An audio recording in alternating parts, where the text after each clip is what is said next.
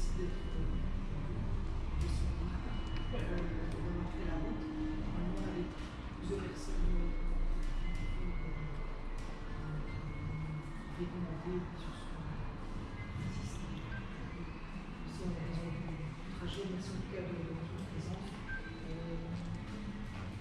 Avant que la présentation de la conférence, je vais faire une belle introduction sur ce qui sera présenté.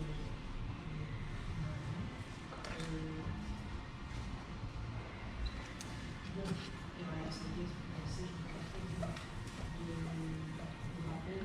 de rappel, essentiellement la détection incendie. Nous allons parler de différents sujets que vous voyez affichés et qui seront détaillés par Frédéric. Les points de détection, le cadre technique, la solution vidéo à biotech. La biotech, donc, qui n'est pas une catégorie, mais une solution de détection les systèmes d'aspiration, les systèmes de flash, le nouveau vidéo boucle et le Nexus Space, qui est la solution de gestion à distance. Gestion à distance en nouvelle flotte. Ensuite, il y aura une place pratique et test avec les différents systèmes qui sont présentés. On a eu un petit souci avec une chute de panneau et malheureusement, a priori le système d'aspiration et BIMS aussi, éventuellement pour le test pratique, poser problème.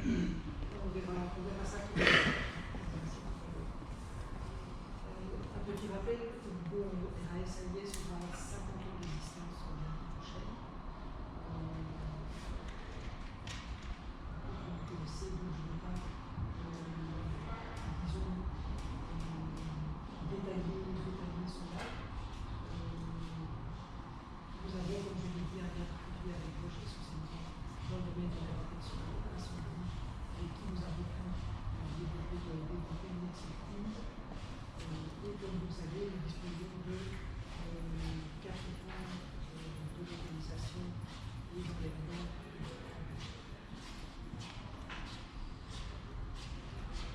Le but aujourd'hui de l'après-midi, c'est de vous présenter des solutions actuelles et de chez Roche, de partager vos expériences, de pouvoir poser des questions, échanger dessus, voir les produits de manière pratique et effectuer donc différents tests. Un point important chez nous, nous mettons vraiment le focus là-dessus, c'est notre programme de formation. Par rapport à la détection incendie, il y a différents niveaux que vous voyez ici affichés. Vous pouvez obtenir notre programme de formation soit via notre site internet dans la partie RAS Academy, soit via les newsletters que vous recevez également. Par rapport aux différents points de la pyramide, donc nous voyons la boîte de la pyramide, différents niveaux portant l'horizon vers le niveau. Au mois d'octobre, il y aura à Gosselies 3 matinées de présentation en ce qui concerne la législation et donc là, vous allez prochainement recevoir une date à ce sujet. Voilà, donc ici, disons, ce sera présenté plus en détail par Frédéric parce que oui, ça c'est le parti détection BIM. Comme ça, quelle est l'importance ici de cette détecteur BIM?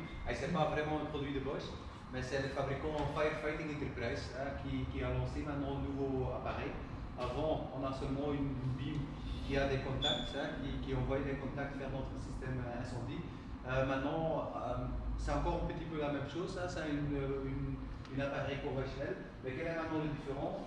Avant, on a eu le Fire-One, ça c'est seulement la tête et tous les contacts sont dans la tête même. Maintenant, il a lancé une hub. Le hub, c'est possible pour ajouter 3 têtes sur le même contrôleur. Quel est l'avantage maintenant? On a la possibilité pour aligner le BIM au sol. Et tu ne dois pas faire ça avec une échelle ou quelque chose chez les détecteurs BIM. Comme ça, c'est très simple pour modifier ça avec une personne. Avant, on a vraiment une possibilité pour, au moment où tu dois faire un alignement, tu dois bloquer une fois le réflecteur et tout. Maintenant, ce n'est pas nécessaire. Comme ça, c'est possible pour lancer ça. Et vous ne besoin pas vraiment une autre personne qui bloque le réflecteur ou quelque chose. Mais quel est le gros avantage maintenant avec les 3 têtes? Vous avez aussi 3 contacts différents pour mettre, pour qu'on ait bien que c'est quel BIM exactement qui donne la dame où il faut. Et ça, c'est une nouvelle chose chez Firefighting Enterprise. Pour montrer la possibilité tout en détail, on a aussi une petite vidéo. Comme ça, on doit lancer une fois la vidéo. C'est en anglais, mais je pense que le plus important, tu comprends bien quelles sont les possibilités. Et aussi la possibilité pour placer par exemple plusieurs hubs dans un réseau aussi. Comme ça, on lance une fois la vidéo.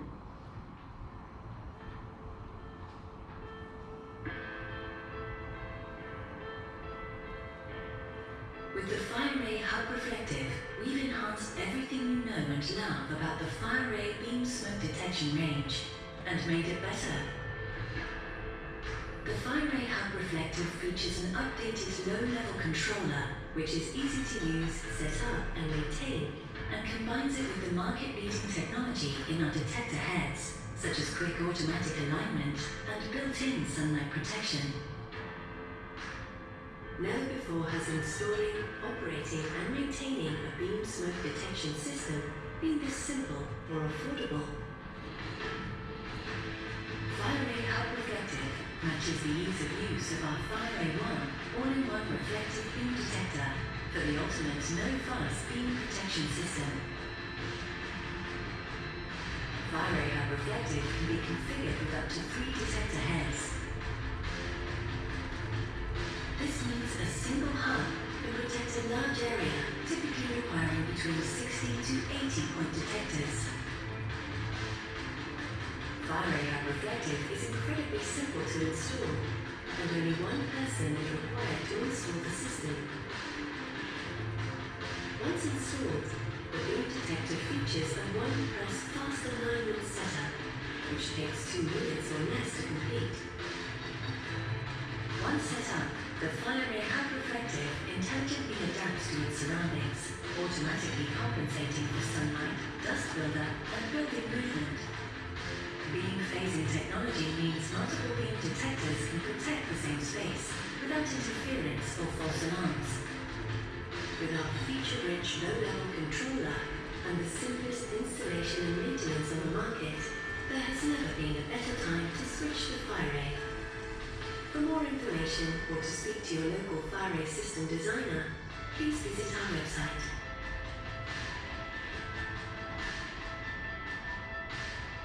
Vous avez vu bien quel est l'avantage, c'est le hub même. Vous avez vu aussi, c'est possible pour mettre les têtes directement avec un câble direct entre le BIM et le hub. Et il y a aussi une possibilité pour créer une petite bus entre les 3 têtes et venir avec une câble de 2 fils via une tête. Une chose qui a maintenant développé un peu plus aussi, c'est qu'il est mieux protégé contre le soleil. Quel est le problème du détecteur BIM? C'est une signal infrarouge. Comme ça, au moment où il y a du soleil, il y a aussi de l'infrarouge dedans. Comme ça, au moment où le soleil rentre dans la tête, de temps en temps, ça donne des fausses alarmes. Maintenant, il travaille avec une autre fréquence pour éviter ce problème à cause du soleil. Et ça, c'est une des choses qui est plus importante de nouvelle génération de détecteurs de firefighting. Ça va? Et oui, c'est RAS qui distribue cette produit. Ça va? Maintenant, je suis sur le parti de Bosch. Bonjour, je suis Frédéric. Je suis responsable pour je suis le vendeur en Belgique et Luxembourg pour le parti Bosch. Avant, ils m'ont connaît un petit peu, je travaille chez RSML. Maintenant, en janvier, je prends la décision pour travailler pour Bosch même. Mais ok, ça reste un peu la même chose. RS est une client très important pour nous, comme vous êtes des clients importants pour eux. Et c'est très important pour nous pour bien aider RS à toutes les choses concernant notre produit de Bosch. Ça va? Quelle est l'importance? Aujourd'hui, je commence aussi un petit peu avec notre histoire. C'est un peu comme Philippe a dit, on a eu un peu un souci avec notre panneau, comme ça tout a tombé. Pour les tests, pas toutes les technologies qui sont encore très bien, mais ok, j'ai l'acoustique pour montrer les possibilités avec tous les systèmes. Et comme ça, ouais, je vais expliquer tout comme. Je commence un peu avec notre histoire. Il y a beaucoup de monde qui connaît le nom Bosch. Ok, il y a aussi beaucoup de monde qui dit on a aussi des autres matériels comme des systèmes incendies. Mais quel est le plus important? Notre founder de Bosch même, c'est Robert Bosch. Il y a une chose qui est pour lui très importante, c'est pour créer des qualités dans ses produits. Il a toujours un peu peur au moment où il y a une autre personne qui a vu son matériel, qui dit que ok, c'est pas des bons matériels, c'est pas bien fait. Comme ça, une chose qui est pour lui toujours important, c'est pour créer des matériels qui est énormément fort et bien dans le marché. Et ça, c'est une chose qui est très importante pour Robert Bosch. Je vais commencer avec une petite vidéo parce que, allez, comme je dis, il y a beaucoup de monde qui pense que Bosch, c'est des viseuses ou des autres choses. Mais on a aussi un système incendie. Et je vais montrer une fois notre chose pratique ou notre application qui existe pour notre système de Bosch. Je vais montrer ça avec les petites vidéos. Bosch Fire Alarm Systems offers a comprehensive portfolio of reliable and future-proof safety systems. From panels and detectors to software solutions to improve operations. Intelligent solutions based on innovative technologies such as AI and smart sensors to reliably alarm only in genuine emergencies. Solutions that also protect your investment by ensuring compatibility across the entire system. Tested beyond requirements and trusted worldwide. From offices and commercial buildings to industry, healthcare, hotels and logistics, our solutions protect people and assets and ensure business continuity. Bosch Fire Alarm Systems. Smarter against fire. Ok, vous avez bien vu qu'on est presque tout dans notre gamme. Ok, quelle est la première question qu'on doit dire? Pourquoi placer des systèmes incendies et surtout aussi des systèmes incendies de Bosch? Allez, j'ai pris un peu des chiffres en Europe qui sont importants. On a bien vu qu'il y a 4000 morts dans les feux en général en Europe toutes les années. Comme ça, il y a beaucoup de morts en incendie qui est particulière. On voit ici en Belgique par exemple, c'est presque toujours dans les domestiques. On a eu des personnes mortes pour un incendie. Mais en général, 4000 personnes par année, c'est beaucoup. Tous les jours, il y a 190 personnes qui subissent des dommages. Oui, à cause d'un incendie. Comme ça c'est un numéro qui est aussi très haut. Ouais. Et c'est pas toujours dans les journaux, tu vois, cette chose. Ça coûte, 126 milliards d'euros en Europe en totalité à cause des assurances et toutes les choses à cause d'un incendie. Comme ça c'est aussi un chiffre très haut. Et les trois, ça c'est, au moment où il y a un vrai incendie dans un bâtiment ou domestique, on a seulement 3 minutes pour quitter le bâtiment avant on a eu des soucis. Comme ça, pour moi, je pense que c'est très important pour parler beaucoup des choses pour la protection incendie, parce que, allez, on est sûr que ça met une grande différence. Je pense que vous, comme installateur, qui faites ça aussi, et c'est important pour montrer cette chiffre à des clients pour montrer pourquoi on travaille dans la partie incendie. Ici, un petit peu l'histoire de Bosch. Comme combien on a commencé déjà plus de 100 ans passés. allez, en 1920, Robert Bosch a créé vraiment un panneau incendie. Ok, pas comme aujourd'hui avec une détection et tout, mais c'est un système incendie vraiment avec des sirènes parce qu'il y a beaucoup de monde qui travaille et au moment où il y a quelque chose, il a toujours la possibilité pour venir vers là-bas et pour pousser sur un bouton et pour quitter toutes les personnes dans un bâtiment. Et ça, c'est une chose tu dois comprendre bien. Bosch a vraiment commencé avec l'incendie. Comme ça, c'est une chose qui est très importante. Quel est l'avantage en passé, tu vois qu'on n'a pas beaucoup de vulnerabilité ou quelque chose. C'est seulement en 1992, on a commencé avec un vrai protocole qui parle avec les systèmes adressables. Avant, on a commencé vraiment avec un vieux système UZ2000 qui parle déjà la langue LSN. Ça, c'est la langue qui est vraiment la langue de Bosch. Tu vois bien que quelques temps passé, après, on a développé aussi des détecteurs et en plus aussi des détecteurs multicritères qui sont optique, thermique et CO. Et dans le futur, on a fait des autres choses. Par exemple, le panneau en 2015, 5, on a commencé avec le panneau FPA 5000, la nouvelle génération. Et maintenant, en 2020, on a lancé aussi notre nouveau panneau Avenar panneau. Mais tu connais bien que chez Bosch, notre système, c'est vraiment un système modulaire. Comme ça, c'est toujours le client qui doit prendre la décision et il utilise quoi justement dans son système.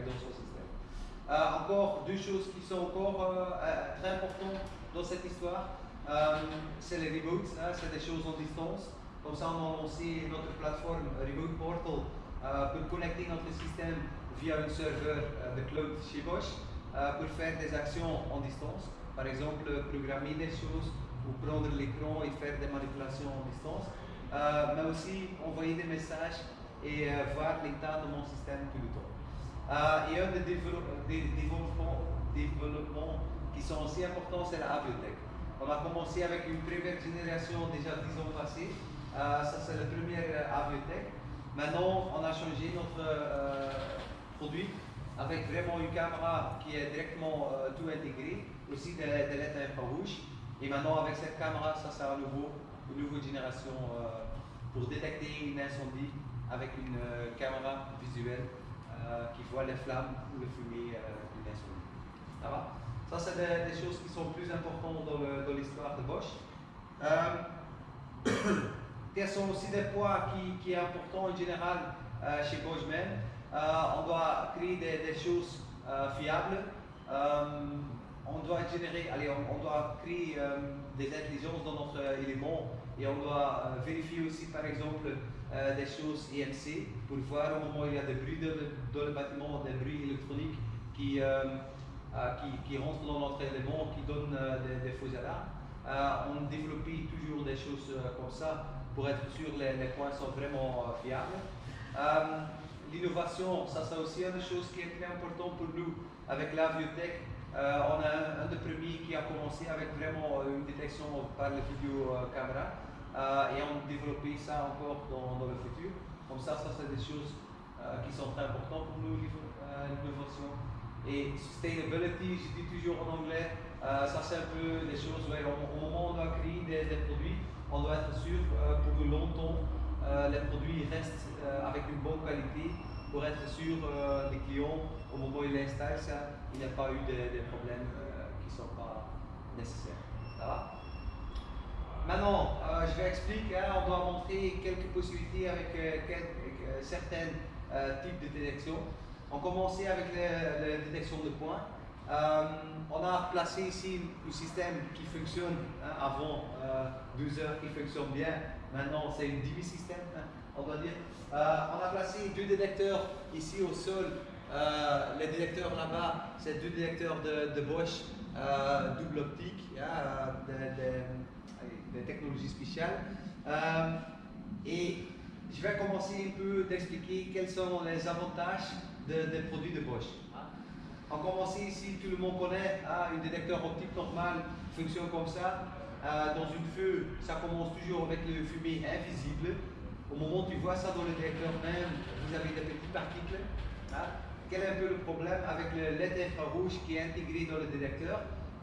Il ne crée pas une réflexion dans le chambre de détection, comme ça il ne détecte pas les petites particules qui rentrent dans le détecteur.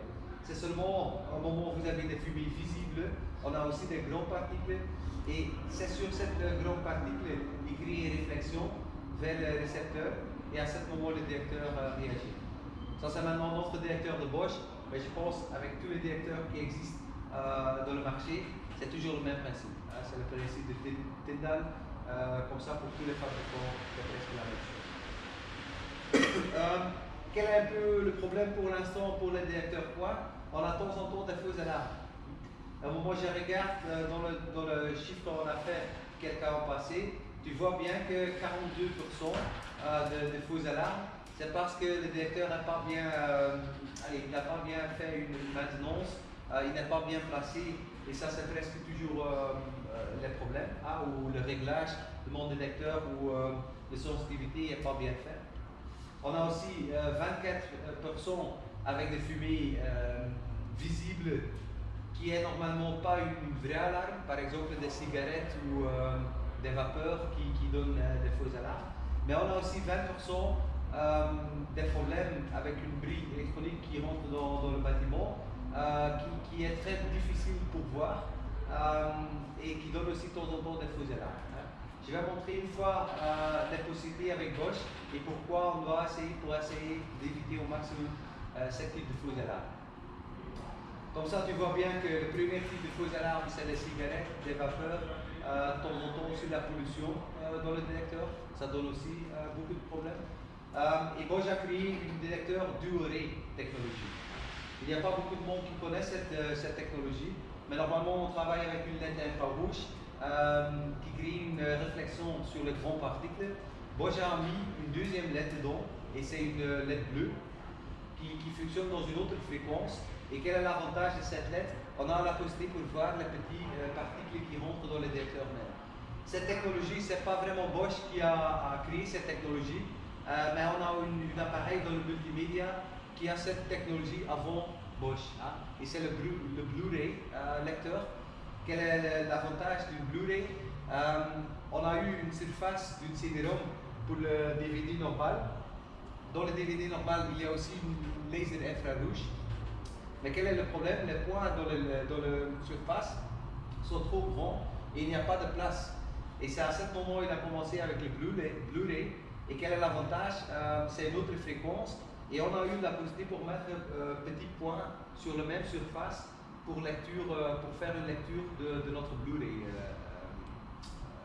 player.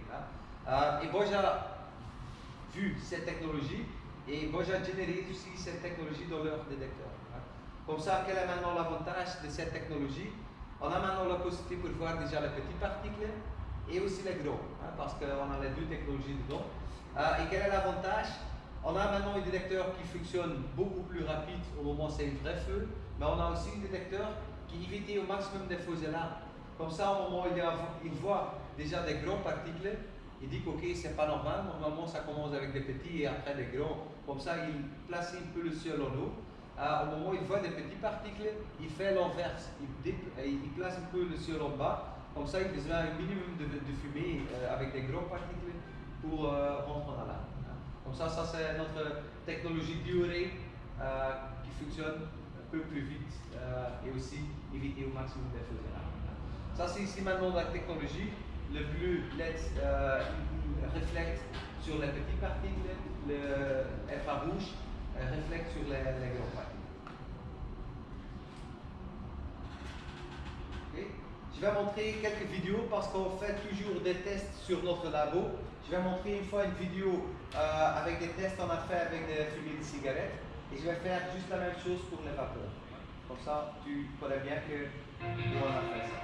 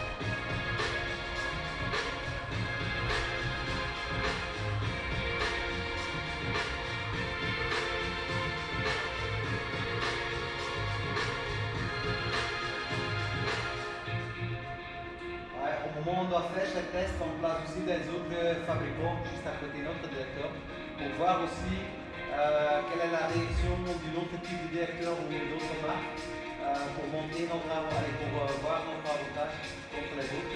Et on a bien vu qu'avec les cigarettes, presque tous les autres fabricants réagissent avec notre détecteur. J'ai maintenant la même vidéo avec le vapeur. On a fait les mêmes tests, hein, tu connais bien que dans la cuisine et tout, on a de temps en temps ce type de problème. Et ça, c'est un peu notre manière pour être sûr que notre technologie fonctionne bien.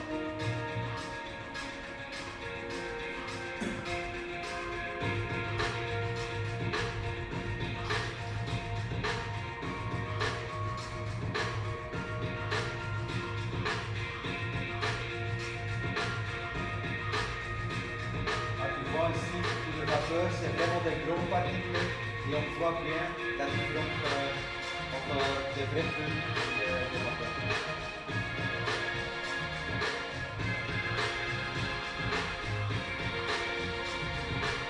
Tu vois, c'est simple pour faire une test. Hein? Tu utilises des vapeurs, tu places à nouveau des réacteurs. Tu connais bien que ça fonctionne.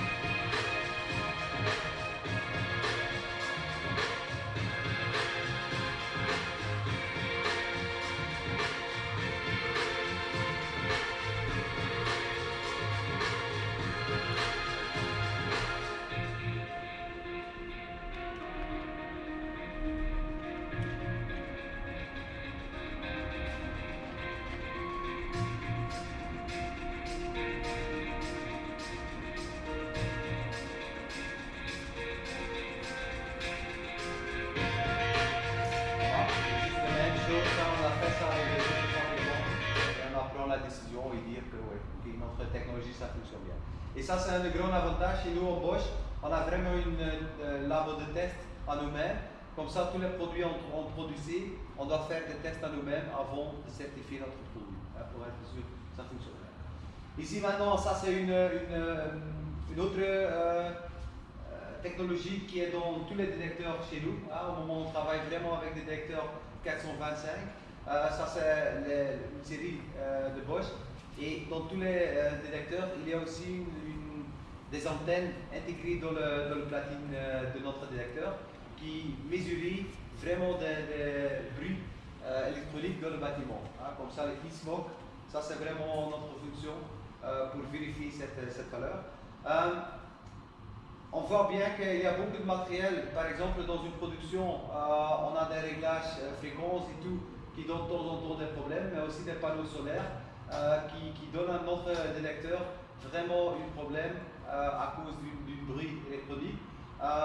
Quel est un peu le problème? Allez, pour placer les câbles, il y a une possibilité pour prendre un câble faradisé, mais pour placer quelque chose dans votre détecteur, c'est très difficile, hein, parce que le détecteur a besoin des ouvertures pour le fumée qui rentre dedans, mais on a la possibilité pour vérifier avec les antennes les valeurs, un peu comme les valeurs pollution. Hein. Et ça, c'est des grands avantages. Ici, ça, c'est une possibilité pour voir qu'au moment où vous avez vraiment des EMC, quel est un peu le problème avec notre système? C'est toujours le détecteur qui envoie des signaux, des valeurs analogiques vers notre panneau, et c'est toujours le panneau qui prend la décision. Au moment où il y a des bruits électroniques qui donnent un peu un problème avec la communication, de temps en temps, le système ne voit pas quelle est exactement la valeur normale. Hein. Et c'est pour ça, au moment où l'IMC est là-bas, on voit bien que la valeur analogique que l'on voit, ce n'est pas correct. Et le système prend la décision pour dire ok, maintenant le détecteur est en alarme. Hein. Avec notre technologie, on a la possibilité pour éviter ce type de fausse alarme. Ici, ça c'est un exemple pour vous dire que c'est un peu comme une valeur de pollution du détecteur. Au moment où votre système est placé, et par exemple les panneaux solaires donnent des problèmes à notre détecteur, il y a une possibilité pour entrer dans le menu diagnostic pour voir cette valeur de EMC. Et comme ça, vous avez toujours la possibilité pour dire ok, c'est pas un grand problème, j'y vois un petit peu de bruit, ok, c'est pas énormément grave. Mais on a aussi le tableau qui dit qu'au moment où la valeur est trop haut, tu dois chercher une autre place dans votre bâtiment pour mettre les détecteurs. Et on a toujours une valeur actuelle. Au moment où c'est plus de 20 heures, valeur 20 heures, 21, tu dois changer de place de votre détecteur. Et on a aussi une valeur moyenne. Et au moment où tu vois cette valeur entre 80 et 100, tu dois chercher aussi une autre position. Ça va? Et ça, c'est une bonne possibilité pour éviter au maximum aussi des feux d'alarme. Tu ne le vois pas directement dans cette vidéo-là. Ok? On a lancé maintenant, c'est maintenant un an et demi, un nouveau type de détecteur. On a eu déjà des détecteurs multicritères qui sont en optique ou thermique, et aussi un détecteur de CO. Mais quel est un peu le problème de notre ancien détecteur? L'élément CO qui est dedans, il a eu toujours le problème, c'est un élément chimique qui est dedans. Et le maximum durée de cet détecteur CO, c'est 5 ans. On a placé maintenant une nouvelle génération dedans, et maintenant la nouvelle génération, il a la possibilité pour voir une durée de 10 ans. Et ça, c'est un grand avantage. Autrement, on doit changer tous les 5 ans vraiment le détecteur, parce qu'autrement, il donne toujours des problèmes. Le nouveau détecteur CO qui est dedans, c'est maintenant aussi un vrai détecteur CO.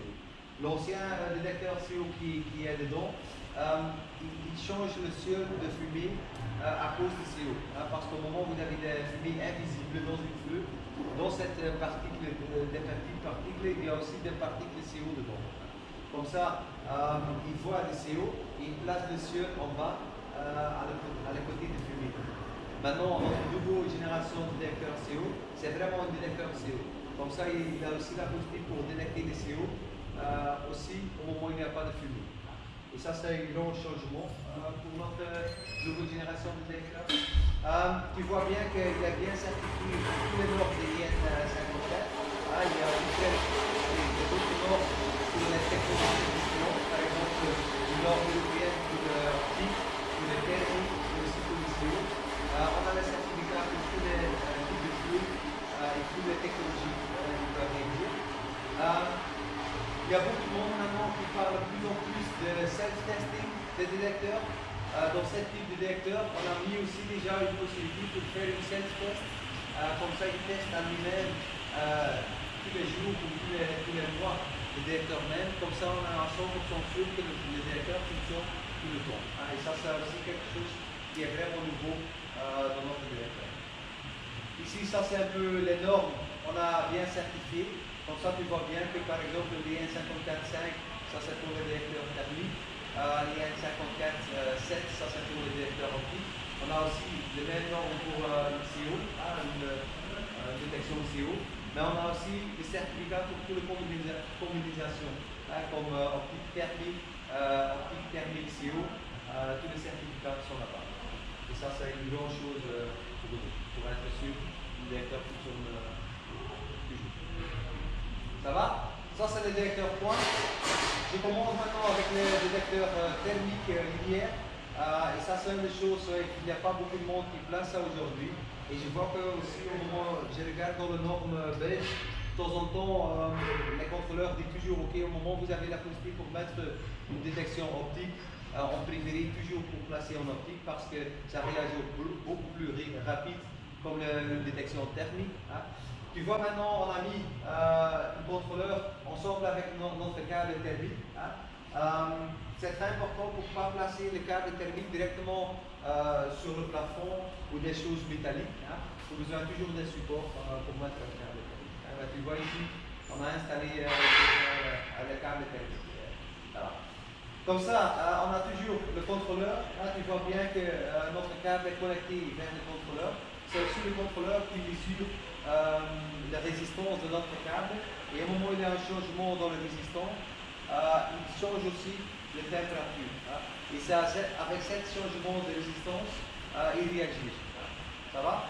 Après ça, on a notre câble même. On installe toujours le câble un peu comme les détecteurs thermiques. C'est un maximum 5 mètres de mur et maximum 10 mètres entre deux câbles. Et tu places tout dans une ligne. Et au fin de votre ligne, tu dois installer toujours le module de fin ligne.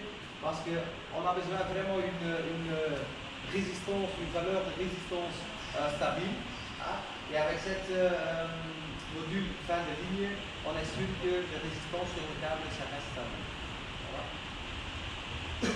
Ça c'est ici un exemple. Hein. C'est possible pour installer le câble sur le plafond, mais directement avec des supports qui sont placés tous les 50 cm pour placer le câble. Ça va. Maintenant, on a quelques applications. Il est possible, par exemple, pour placer les détecteurs dans les faux plafonds ou les faux sols. La seule chose, on a eu un petit peu maintenant en Belgique, presque tous les contrôleurs disent que non, pour nous, ça doit être une détection optique. Et ça, c'est un peu, de temps en temps, le problème on a eu maintenant. Mais quel est l'avantage de notre câble thermique? Il ne besoin pas vraiment une grande maintenance. Avec les détecteurs ou les systèmes d'aspiration, de temps en temps, tu dois nettoyer ça, parce qu'au moment où il y a la pollution dedans. Ça, c'est ici maintenant un grand avantage.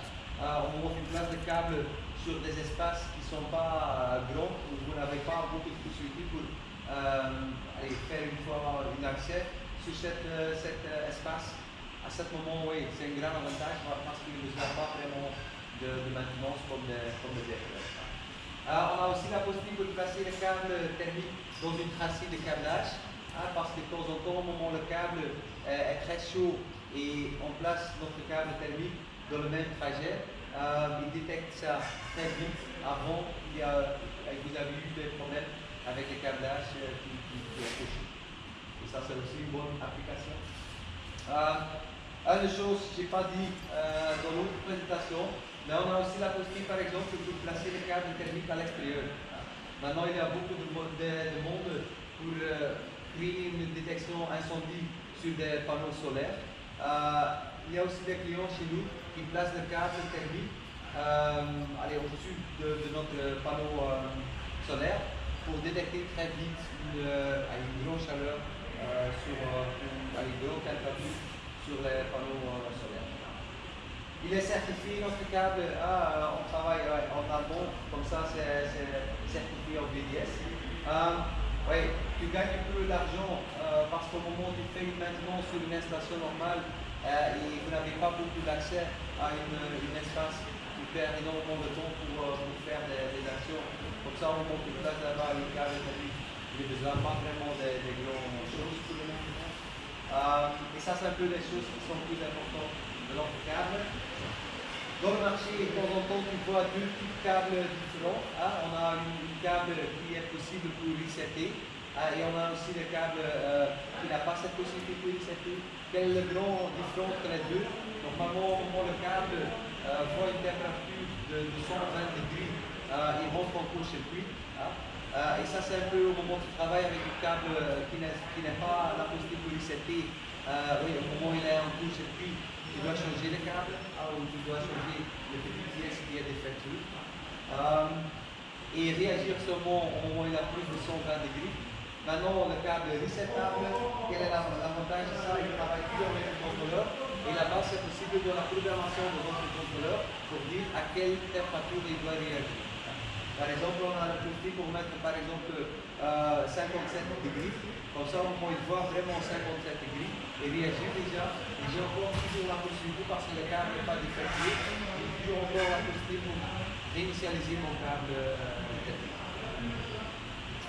Ça, c'est les éléments qui existent pour notre câble thermique. On a des contrôleurs qui est connecté avec des sorties connecteurs, des sorties relais vers notre panneau. C'est un peu une matériel professionnel. Et on a trois types de câbles. On a un câble en PVC, comme ça l'installation qui est dans le câble, ça c'est vraiment du PVC. On a un câble en nylon et un câble en style pour des environnements très difficiles. Par exemple, l'exemple qu'on a eu, vous avez beaucoup d'ammoniac qui rentre en eau. De temps en temps, on travaille avec des câbles en style, comme ça on n'a pas beaucoup de choses. Voilà. On a aussi des modules pour connecter deux câbles ensemble. On a aussi notre module de fin ligne et on a aussi des attaches pour placer notre câble technique correctement dans une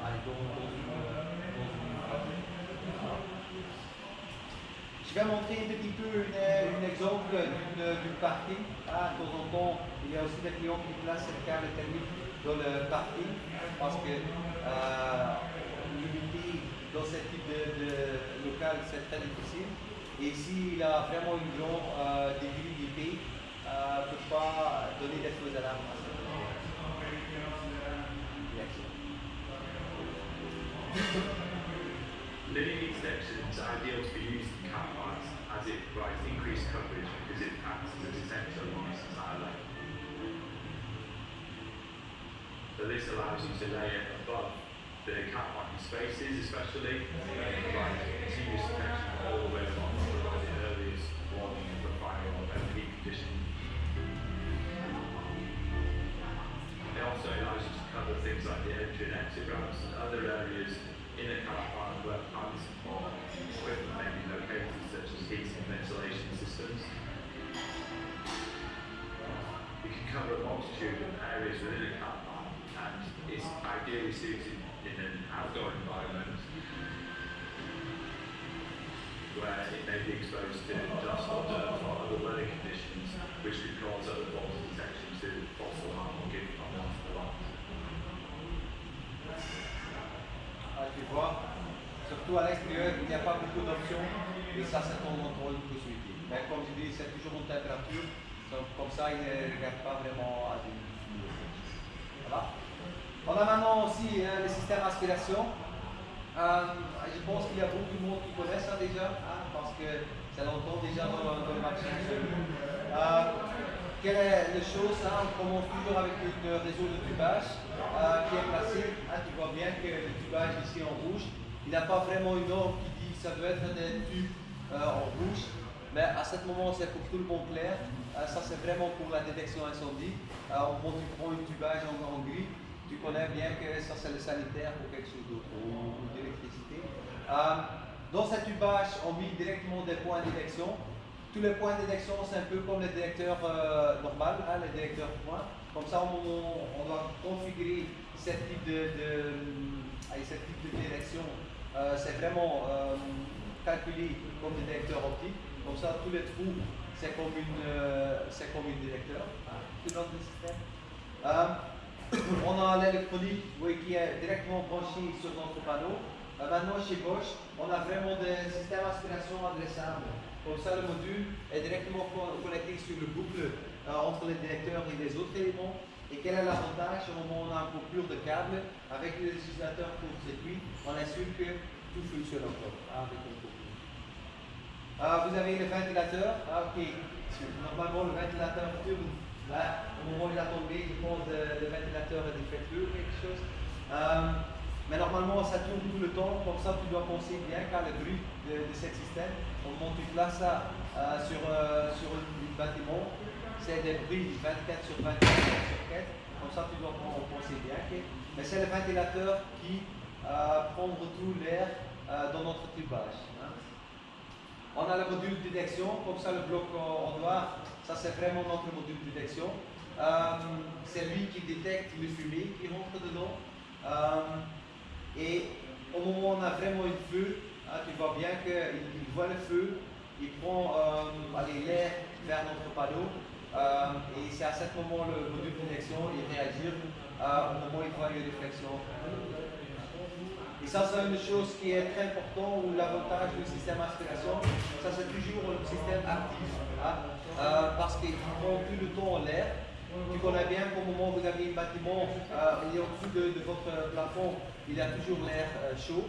Et quel est un petit peu le problème avec l'air chaud? Le fumier, il n'a pas la possibilité pour rentrer dedans. Comme ça, au moment où tu prends le détecteur point normal, quel est un peu le problème? Au moment où il y a de l'air chaud dans le détecteur, et le fumier, il n'a pas la possibilité pour rentrer dans le champ de détection. Ça, c'est la raison pourquoi on doit descendre toujours un petit peu notre détecteur au niveau de notre hauteur de bâtiment. Voilà. Là, avec un système d'aspiration, normalement, ce n'est pas une grosse souci.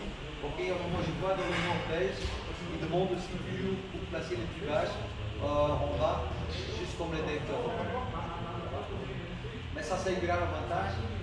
Ici maintenant, ça c'est le module de détection même. Tu vois bien que c'est un peu comme le détecteur normal. Vous avez les LED infrarouges, mais maintenant c'est une laser qui réagit beaucoup plus rapide comme une LED. Et on a aussi le récepteur. Comme ça, au moment où il y a des parties qui rentrent dans cette module, qui est reflétée, et c'est avec cette réflexion qu'il réagit. C'est juste comme le détecteur normal, mais qui fonctionne un peu. Ça va? Ici, ça c'est un type de feu normal. On commence toujours avec des fumées invisibles, après on a des fumées visibles et au dernier point on a des chaleurs, des températures. On voit bien que normalement le système d'aspiration c'est une des types de détection qui réagit énormément très vite et plus vite comme le détecteur normal.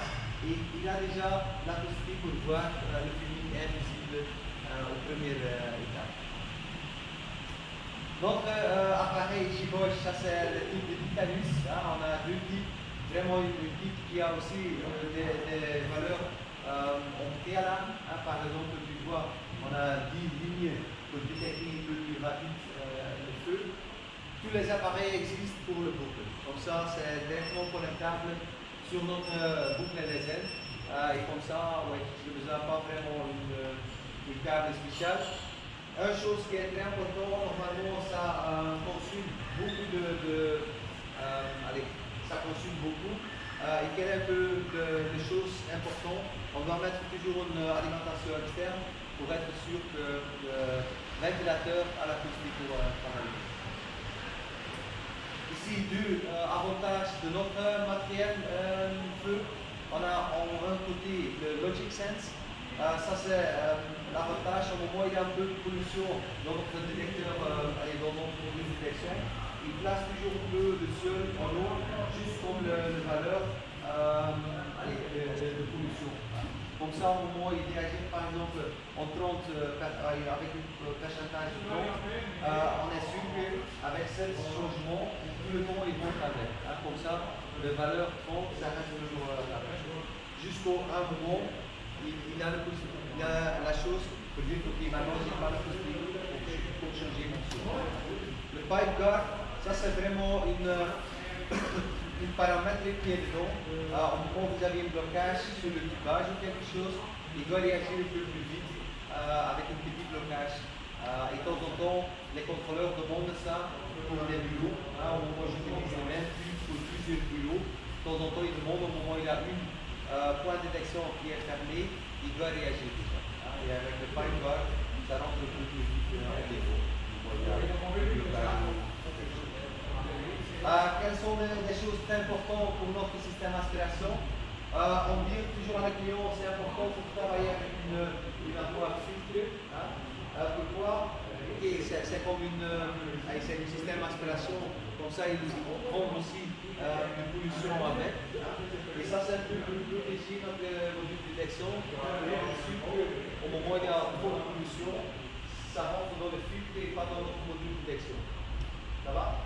Dans cette filtre, il y a toujours trois filtres dedans, une moyenne, une grosse et une petite, pour être sûr qu'il n'y a pas beaucoup de pollution qui rentre sur votre module de détection. C'est très simple pour nettoyer ça, tu enlèves les filtres, tu souffles une fois avec un compresseur ou quelque chose. Au moment où ils sont vraiment sales, c'est aussi possible pour nettoyer avec lui. Après, tu dois être sûr qu'ils ne sont pas vraiment, l'eau n'est pas encore dans votre filtre avant de nettoyer.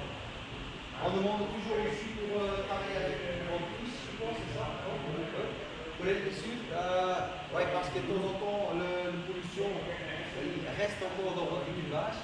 Et comme ça, avec une compresseur, c'est très simple pour nettoyer une fois votre tubage. Et je demande toujours à les clients de commencer de nettoyer votre tubage et après nettoyer votre filtre. Parce que toute la pollution qui rentre encore dans votre filtre, de votre tubage, vous êtes sûr que vous avez la possibilité pour nettoyer après toutes les choses. Ok? On a aussi des autres types de matériel ou GRS, beaucoup de matériel de tubage. Comme ça, on travaille toujours avec un tubage de 25 mm. C'est mieux de travailler toujours avec une tube rouge. Comme ça, tu connais bien que c'est le tubage pour la détection fumée. On a aussi des mouchons pour mettre deux tubes ensemble. Normalement, le tube c'est une de 3 mètres et comme ça c'est très simple pour mettre des éléments ensemble ou des tubages ensemble. On a aussi un élément de T.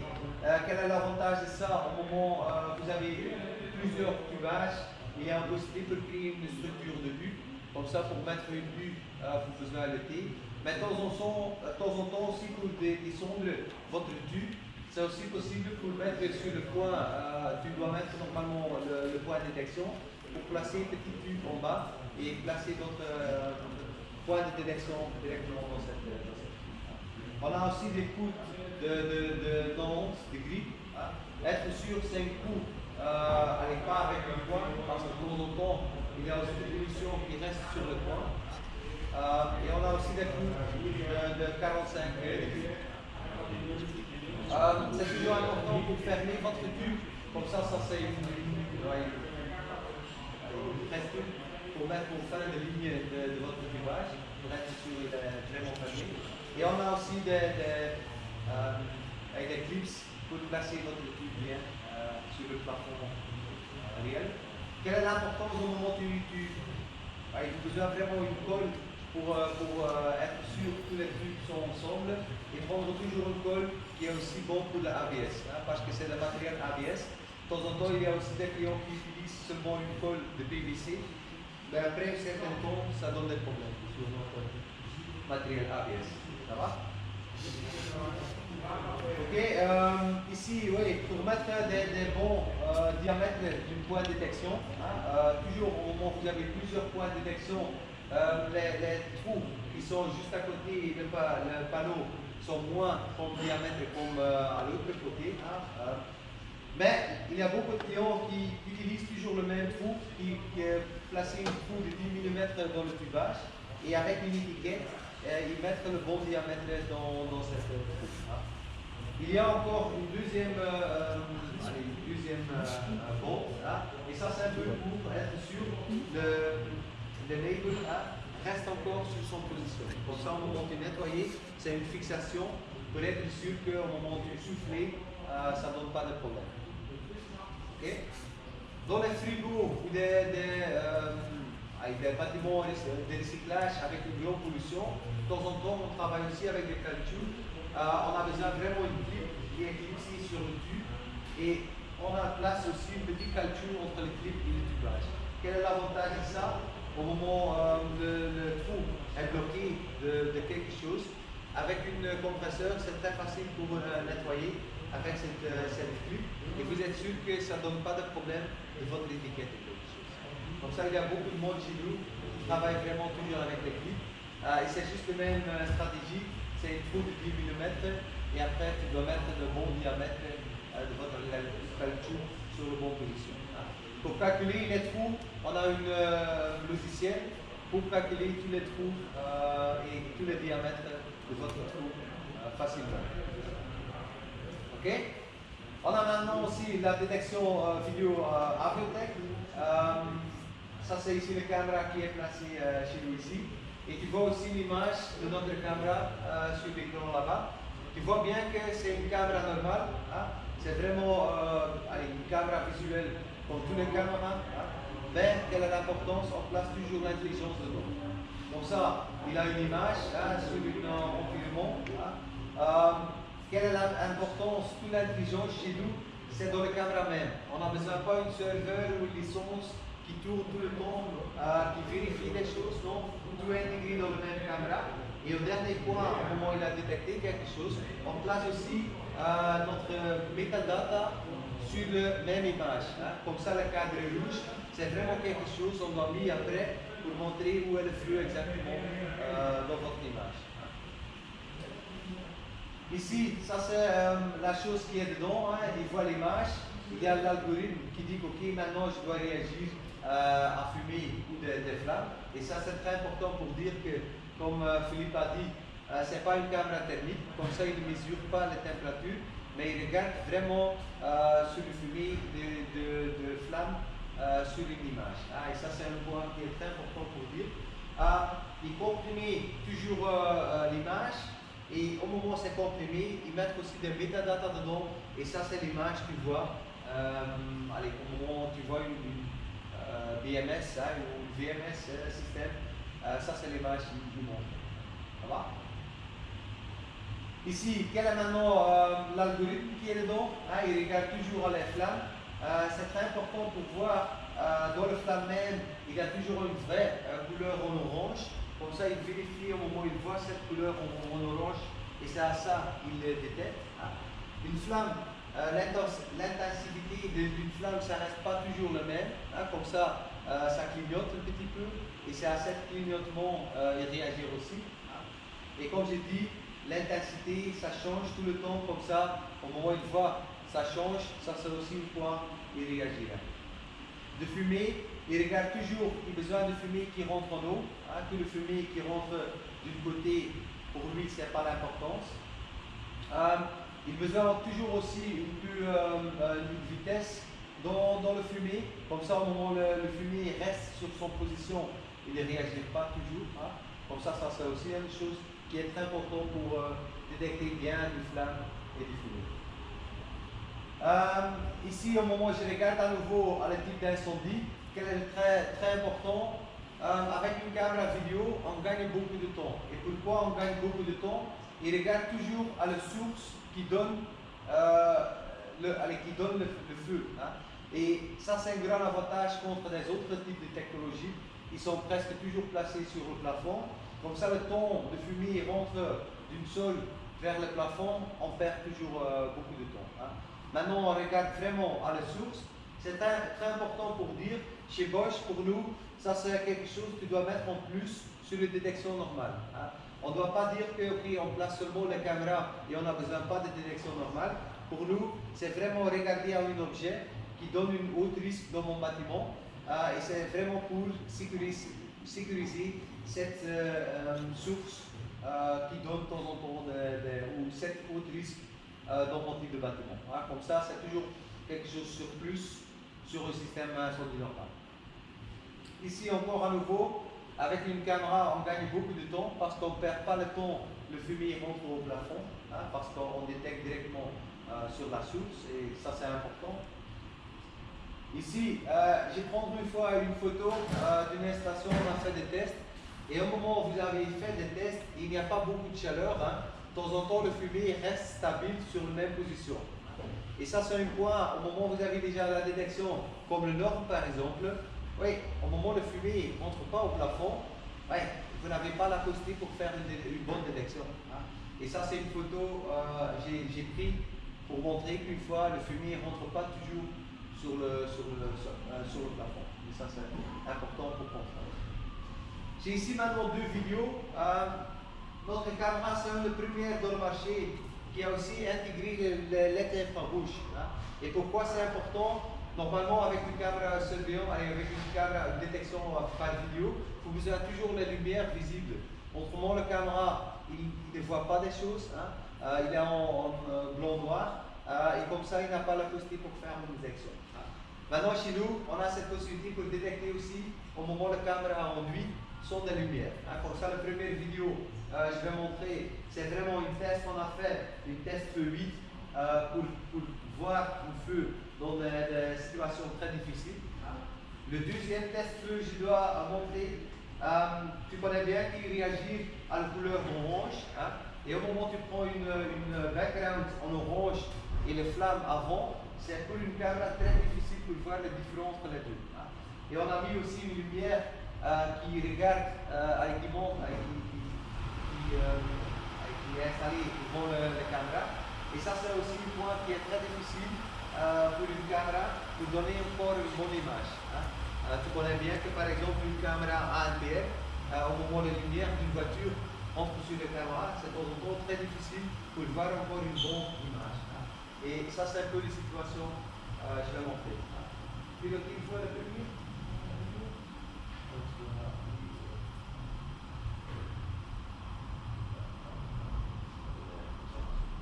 Comme ça, tu vois, il réagit très vite, dans 23 secondes, il voit déjà le feu. Ça, c'est maintenant avec des flammes.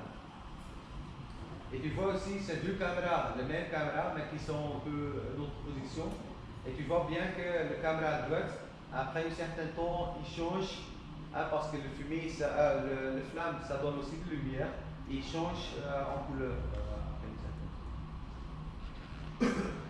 Et tu vois le cadre, comme ça on est bien sûr qu'il a bien détecté le feu. Tu vois maintenant, il change vers la couleur et il revient vers l'horizon. Et ça, c'est il n'y a pas beaucoup de types de caméras qui fonctionnent comme notre caméra au nu. Prendre une fois la deuxième vidéo, s'il vous plaît. On fait le même test, aussi avec des flammes.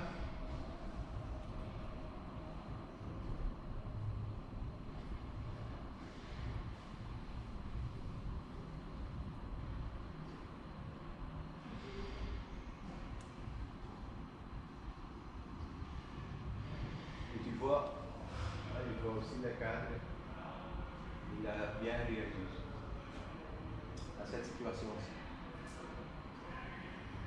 J'ai encore une troisième vidéo, vraiment dans à l'extérieur. Et quelle est l'importance? Normalement, on doit dire que notre caméra, c'est pas bon pour placer à l'extérieur. C'est toujours à l'intérieur, une détection à l'intérieur. Ou au moment où tu places à l'extérieur, c'est toujours, il y a besoin toujours du plafond, ou c'est une une semi extérieure. À ce moment, ça fonctionne bien. Mais on fait aussi des tests pour voir où ça réagit à l'extérieur. Quel est ici un peu le problème? Les flammes, ça ne reste pas stable. Avec le vent, ça rentre toujours à gauche ou à droite. Et de temps en temps, c'est difficile pour notre algorithme pour le voir. Mais maintenant, tu vois bien qu'il doit réagir aussi à l'extérieur. Et tu vois aussi les distances. C'est à 43 mètres. Comme ça, oui, il détecte ça dans une grande distance. Et les flammes n'est pas énormément grande. Ça va? On a fait ça aussi avec des fumées, sur le deuxième vidéo là-bas, et un peu la même situation. Mais comme j'ai dit, au moment où vous demandez à moi, oui, mais j'ai besoin d'une détection à l'extérieur, j'ai dit, ok, c'est possible pour faire ça, mais je dis toujours, travailler avec deux caméras.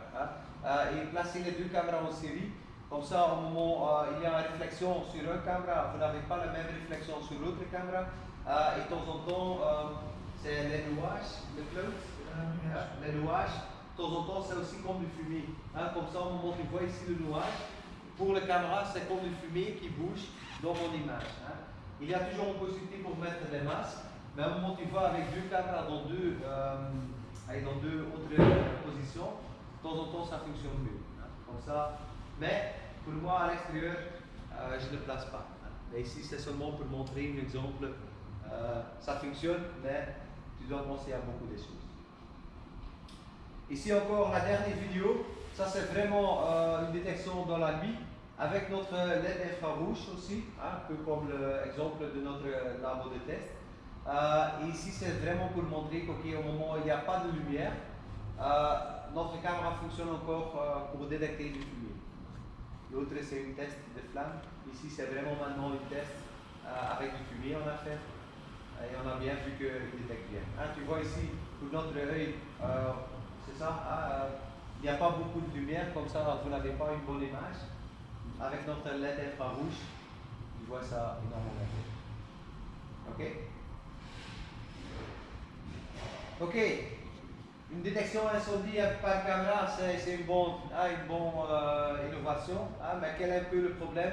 On doit penser beaucoup à des choses. Une des choses qui est très importante, le fumée, ça doit être visible. Au moment où la caméra n'est pas bien placée, où il y a quelque chose qui montre par exemple une sol qui est presque la même couleur comme le fumée, au moment où la caméra ne voit pas le fumée, il ne réagira pas. Aussi, il a besoin au minimum un certain pourcentage de son image, du fumée ou de flamme avant de réagir. Ça, c'est aussi une chose qui est très importante. Et comme j'ai dit déjà, les nuages qui sont visibles dans l'image, ou la réflexion du nuage, de temps en temps, ça donne aussi des problèmes.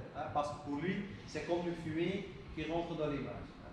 J'ai ici maintenant un exemple de fumée visible et pas visible. Tu vois bien qu'on a ici une vitre, une fumée qui rentre devant le vitre. Pour la caméra, ce n'est pas visible. Et ça, c'est une des choses que tu dois penser beaucoup avant d'installer notre caméra d'Aviotech. Ok?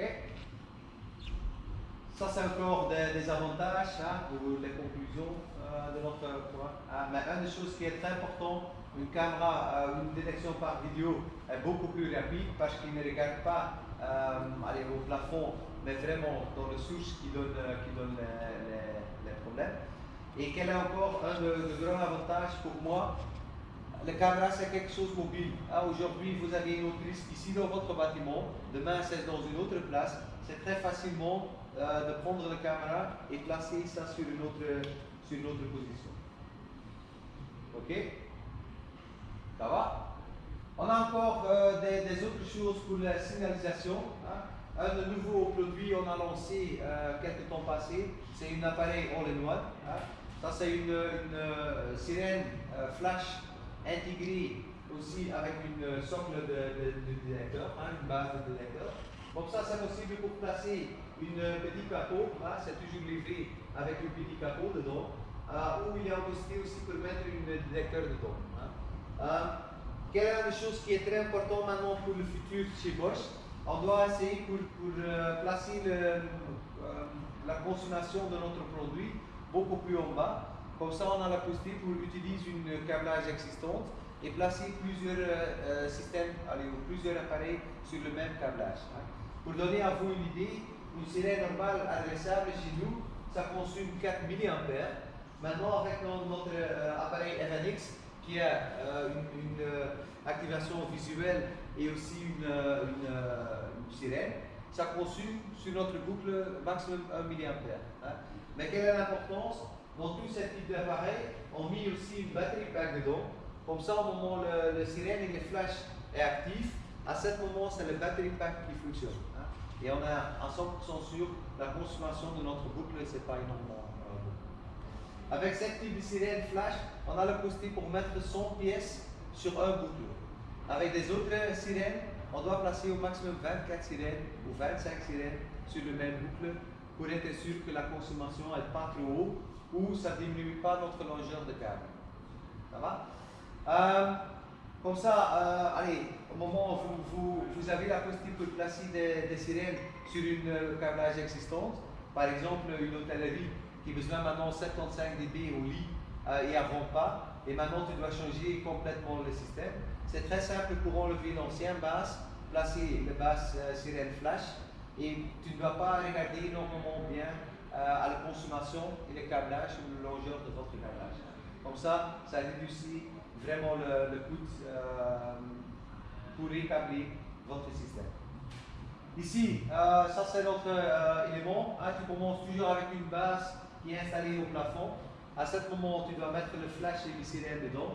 Et maintenant, vous avez le choix ou travailler avec un capot ou mettre directement un détecteur dans le même Vous avez bien vu que chez nous, c'est maintenant des sirènes flash en rouge, mais ça existe aussi en blanc. Comme ça, pour mettre un détecteur dedans, de temps en temps, c'est mieux que de travailler avec un appareil en blanc. Et on a aussi toujours un appareil avec une flash rouge ou une flash blanc. Les deux sont possibles pour les deux couleurs de sirène flash. On a aussi l'accessoire, c'est aussi possible pour acheter encore des capots en plus et aussi des batteries. Et une des choses qui est très importante, on a aussi des logiciels. Chez Bosch, presque tous les logiciels, c'est gratuit. Et une des choses qui est aussi importante, une des choses, c'est réduire notre courant. La deuxième chose qui a l'importance, on cherche toujours des choses qui diminuent de travaux administratifs pour les installateurs. Et maintenant, avec notre logiciel SSD, c'est très simple pour gérer une offre de matériel et aussi gérer par exemple une calculation de batterie de votre système et aussi le courant de votre boucle et le maximum longueur de votre boucle. C'est un logiciel gratuit, tu dois enregistrer seulement sur notre logiciel et au moment où vous êtes enregistré, vous êtes libre d'utiliser notre logiciel SSD gratuit. Ça va? Il y a aussi quelque chose dedans, de temps en temps il y a des clients qui travaillent pour les bureaux d'études et quelle est l'importance pour eux? Ils ont besoin vraiment des textes de votre produit.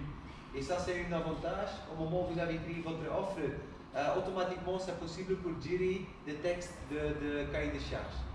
Comme ça, pour les villes ou des bureaux d'études, C'est très simple pour donner ça à eux et il n'y a pas beaucoup de travaux. Voilà. Mais aussi pour gérer votre rapport d'une installation, c'est très simple d'utiliser cette édition. Ici à nouveau, quels sont les avantages de ce produit? La consommation c'est énormément moins comme avant. Comme ça, on a toujours la possibilité pour mettre plusieurs ou beaucoup de types de sirènes dans notre boucle. Ici, c'est toujours en visuel et une signal de sirène. Comme ça c'est aussi un grand avantage de créer un appareil qui fait tout. Et ça, c'est un peu des choses qui sont le plus choses. Ici, pendant un certain temps, on travaille maintenant aussi avec les produits de Fallenberg. J'ai beaucoup de monde maintenant qui demande à moi, oui, mais quel est un peu le désavantage d'une sirène boucle? C'est toujours la puissance. Comme ça, les sirènes ne donnent pas beaucoup de dB. Ou une flash, de temps en temps, oui, je place toujours les sirènes sur le sol, sur le plafond ou sur le mur. Et de temps en temps, l'intensité de mon flash n'est pas énormément beaucoup. Maintenant, on travaille aussi avec des produits industriels, on va dire. On a une flash de Fallenberg. Et quel est l'avantage de ce type de flash? Il ne travaille pas avec une LED, mais vraiment avec xénon. Et quel est le grand avantage de ça? Il fonctionne vraiment avec une autre fréquence. Et au moment où vous avez déjà la lumière LED qui existe dans le bâtiment, de temps en temps, une flash n'est pas vraiment visible, ou tu dois placer beaucoup de flashs. Maintenant, avec le xénon, tu vois ça énormément bien aussi au moment où la lumière du bâtiment est en LED. Ici, un des projets qui est très important pour Fallenberg, tout le temps, moi je parle avec des personnes là-bas, sur le, je ne sais pas le mot français, Eiffeltoren à Paris. Oui, oui. Il y a aussi des lumières là-bas. Toutes les lumières qui sont placées là-bas, avant, c'est vraiment des produits qui doivent changer presque tous les années, plusieurs sirènes ou flash. Maintenant, Fallenberg a placé leur flash avec une électronique spéciale, avec une LED, une xénon multicouleur. Mais maintenant, c'est déjà placé plus de 10 ans et ça fonctionne encore toujours bien. Okay? Et ça, c'est un des projets qui est important. Ce n'est pas au niveau de détection incendie, mais tout le temps, moi je parle, oui, mais tu connais bien que le Eiffeltoren, oui, je dis ok, oui, je connais bien que c'est votre lumière qui est libre. Ici en bas, on a mis seulement une calculation sur un flash normal en LED, par exemple le flash de Cooper ou Eaton, et on calcule combien de flash j'ai besoin vraiment en Fallenberg, comme lui en LED, pour voir le même luxe au sol. Et ça, c'est énormément grand différent. Comme ça diminue beaucoup des éléments que tu dois placer. Cette flash, c'est possible pour placer sur le mur ou au plafond. On a une norme IN 5423. Et là-bas, tu vois bien que, ok, où tu dois placer ça au plafond, où tu dois placer ça au mur. Et il y a une possibilité pour voir combien d'éléments tu dois placer sur mon mur ou plafond. Chez Fallenberg, on a aussi l'autre chose. On travaille maintenant aussi de temps en temps avec des sirènes industrielles. Tu vois bien que quel est un peu le problème dans ce type de bâtiment. Tout le monde travaille maintenant avec des sirènes de boucle. Et pourquoi? On n'a besoin pas vraiment de câblage RF au moment où on travaille en boucle, parce que dans tous les éléments, il y a des isolateurs court-circuit. Et ça, c'est un grand avantage. Mais quel est un peu le problème? Il y a beaucoup de monde qui voit, ok, mon tracé de câblage est plus en haut, je place mon sirène sur le plan plus haut avec une petite, une mètre en dessous de mon tracé. Mais quel est un petit peu le problème? Une sirène adressable, la puissance n'est pas énorme. Et au moment où tu places ça très haut, vous n'avez pas beaucoup de signal au sol. Et normalement, on a besoin minimum 65 dB au sol, ou 5 dB plus le bruit dans le bâtiment. Comme ça, il y a plus en plus de clients qui demandent à moi des solutions pour placer moins de sirènes, mais avec des sirènes vraiment qui donnent beaucoup de puissance. Et ça, c'est maintenant une type, on travaille avec, comme ça, c'est vraiment possible pour mettre ça très haut sur votre plafond. Et dans ce type de bâtiment, au moins je place 3 ou 4 max, 7 types de sirènes, ça suffit déjà. Et avec des sirènes adressables, je dois placer 2 ou 3 fois le même nombre comme les sirènes industrielles. Ici maintenant, ça c'est une fois une possibilité pour voir combien de débit va dans quel coin. Ça c'est un bon exemple. Ok, j'ai déjà dit, ça c'est des éléments classiques. Et normalement, on a 2 possibilités pour connecter cet élément classique sur notre système. Ou on travaille avec un module qui est placé sur l'armoire même, sur le panneau, et j'ai la possibilité pour activer directement vers là-bas. Quelle est de temps en temps un peu la difficulté d'ici? Je dois placer mon câble entre mon panneau et mon sirène, vraiment des câbles RF. Bon, j'ai maintenant créé des nouveaux modules sortie-entrée. Et ça, c'est maintenant notre première génération. Ça, c'est le module FLM 430 I2 M1. Et ça, c'est un module qui a la possibilité pour voir 2 entrées supervisées et un sortie sirène à l'extérieur. Et maintenant, il y a beaucoup de monde qui travaille avec ce type d'éléments, mais qui place ce type de module juste à côté de leur sirène. Comme ça, il y a besoin seulement d'un petit câble en RF entre le module et mon élément. Parce que ce module, c'est vraiment supervisé sur mon boucle, et au moment où il y a un coupure, avec les utilisateur pour circuit, ça fonctionne toujours bien. Ok? Quel est encore l'avantage maintenant avec les entrées? Avant, on a seulement la possibilité pour mettre un résistance fin ligne dedans. Maintenant, on a la possibilité pour travailler avec un résistance, une double résistance ou 3 résistances. Pourquoi c'est important? Au moment où vous avez une gaine de ventilation, de temps en temps, on place là-bas une couplette dedans. Et maintenant, on a la possibilité de voir l'état de cette couplette pour dire que ok, c'est ouvert, c'est fermé, ou il est bloqué, il est presque fermé. Comme ça, maintenant, avec une entrée, on a la possibilité de voir les 3 états avec les 3 résistances. Maintenant, le module, ça existe, c'est toujours le même module qu'on travaille avec. On a la possibilité pour mettre le module sur une boîtier apparent, mais on a aussi la possibilité pour placer un petit support et clipser ce module dans une D-drive. Quel est maintenant le grand avantage? Dans notre ancienne gamme de modules interface, on a plusieurs types. Par exemple, une pour encastré, une pour le D-drive, une pour le boîtier apparent. Maintenant, quel est l'avantage?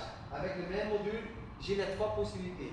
J'ai la possibilité pour mettre ça en D-drive, j'ai la possibilité pour placer ça directement dans une boîtier apparent, mais j'ai aussi la possibilité pour mettre le module, par exemple, directement dans mon alimentation externe. Ça va? Et je n'ai besoin pas plusieurs modules, comme distributeur, ça c'est quelque chose de très intéressant. Avant, on a besoin vraiment les 3 types de modules. Maintenant, avec un module, j'ai toutes les possibilités. Ça va? Au moment où vous achetez ça, c'est toujours le module même, et vous prenez la décision pour prendre le D-drive ou prendre le boîtier apparent. C'est toujours le choix, et tu dois acheter ça toujours en plus. C'est possible aussi pour enlever les connecteurs, comme ça pour mettre les fils dedans. De temps en temps, c'est mieux de enlever et pour mettre les fils bien sur son position. Ici maintenant, ça c'est le module même. Tu vois bien que ça c'est un module qui donne une sortie de sirène. Et il y a une possibilité pour voir une consommation sur une sirène de 1 ampère. Mais pour donner cette consommation, j'ai besoin aussi des alimentations externes. Ça c'est maintenant la première génération qui a besoin vraiment d'un module externe. On travaille aussi en plus pour des modules qui ont 4 entrées, 2 sorties relais, qui est directement alimenté sur mon boucle. Tu vois bien qu'on a maintenant aussi des LED, des systèmes des personnes qui connaissent déjà notre système de Bosch. Ça c'est un point faible qu'on a eu sur notre ancien module d'interface. Au moment où il y a un problème avec le module ou avec l'appareil qui est connecté sur le module, tu ne le vois pas. Maintenant ici avec le LED, je vois par exemple ici, on a une connexion de notre câble thermique. Le câble thermique il est en défaut, mais il montre vraiment avec une LED, c'est vraiment 7 modules et une d'entrée de 7 modules qui donne cette problème. Aussi pour localiser notre élément, il y a maintenant aussi une possibilité pour allumer les LED verts pour montrer que ça c'est le premier module. Par exemple, au moment où vous avez 5 modules, c'est toujours difficile pour voir quel est le premier module parce qu'on travaille toujours avec un adressage automatique. Maintenant, avec notre logiciel, on a la possibilité avec les LED pour localiser notre élément. Et ça fonctionne aussi plus facile. Vous avez encore toujours la possibilité avec le deep switch pour donner une adresse manuellement, comme vous voulez. Ouais. Allez, ça c'est une option qui est aussi presque dans tout notre produit. Ici, la possibilité, une boîtier apparent, on a la possibilité pour placer ça sur des drives. Et oui, tous les éléments existent séparés. Hein, comme ça, pour mettre une stock, au moment où vous avez plusieurs modules des boîtiers ou des drives, vous n'avez pas vraiment une stock de tous les types d'éléments qui existent. Quelques exemples. Allez, en Belgique, je ne connais pas ça vraiment, mais je ne sais pas, mais en Luxembourg, je pense que ça existe. Le fire damper, ça c'est quelque chose que les pompiers demandent pour fermer une ventilation ou ici une ventilation gaz, ou une vanne gaz par exemple. Et maintenant avec cette module, on a aussi directement la possibilité pour superviser cette vanne et aussi directement la possibilité avec les sorties pour fermer en cas d'alarme. Chez nous, en Belgique, il y a beaucoup de monde maintenant qui utilise cette module pour superviser une alimentation externe, ou travailler avec cette module pour le sortie sirène. Travailler encore avec des produits conventionnels. Maintenant, nouveau dans notre gamme aussi, on a maintenant aussi une alimentation externe moins chère comme avant. Tu connais bien que les alimentations externes, moi j'ai appris maintenant aussi dans leur gamme une alimentation externe. Et quel est notre avantage? On a cette entrée-sortie AUX qui est aussi supervisée avec une visible. Et ça c'est quelque chose de très important. Au moment où vous avez plusieurs appareils qui ont besoin d'alimentation, c'est possible pour connecter plusieurs appareils avec plusieurs sorties. Et ça, c'est un grand avantage. Même chose, notre ancienne alimentation, il y a beaucoup de monde qui dit oui, mais c'est trop cher. Maintenant, c'est moins cher comme avant. Et il y a aussi beaucoup de place pour mettre des grandes batteries dans cette armoire. C'est aussi une armoire qui est EN54. Comme ça, c'est possible pour utiliser ça sur votre système. La seule chose, ça reste une alimentation normale. Comme ça, il y a aussi une sortie défaut batterie et défaut d'alimentation qui doit être connecté sur un module entrée pour superviser votre alimentation externe aussi. Ok, maintenant mon dernière étape, ça c'est des solutions à distance, notre plateforme NexusSpace. Quel est le plus important de ça? On cherche tout le temps des manières pour notre installateur pour donner un meilleur service à leur client final. Et maintenant avec cette plateforme, on a la possibilité pour gérer des rapports, mais aussi vous avez la possibilité pour gérer tout votre système sur une plateforme. Et ça c'est un point très facile. Tu gagnes beaucoup de temps et d'argent parce que avant de rentrer chez un client, vous avez déjà la possibilité pour voir l'état de votre système. Par exemple, au moment où il y a des détecteurs qui sont trop sales, vous avez déjà la possibilité de prendre le détecteur avec avant de rentrer à votre client. Sur des anciens systèmes qui ne sont pas connectés, tu dois rentrer chez le client, tu vois bien qu'il y a quelques détecteurs qui sont en défaut et tu dois revenir à la maison pour récupérer les détecteurs et de revenir vers votre client pour changer. Comme ça, avec ce type de solution, tu gagnes beaucoup de temps et d'argent pour voir l'état en avant. Quelle est un peu l'idée de notre application? Oui. Quel est le plus important? C'est possible pour connecter tout votre système sur une plateforme via l'Internet. Comme ça, c'est très facilement pour voir l'état de tous les systèmes sur une plateforme. Vous avez toujours la possibilité pour voir l'état de tous les éléments dans votre bâtiment. Par exemple, les valeurs analogiques ou la pollution des détecteurs, combien d'heures ils fonctionnent et toutes les choses qui montrent sur notre plateforme. Et à ce moment, oui, c'est très facilement, et c'est une manière très efficace pour donner de maintenance chez les clients. Et ça, c'est une des choses qui est importante. On essaie pour diminuer votre travaux administratifs et chercher des manières pour être un peu plus efficace. Comme ça, tu ne perds pas énormément le temps pour faire votre job. Une des choses qui est aussi importante dans notre plateforme, c'est pour être transparent.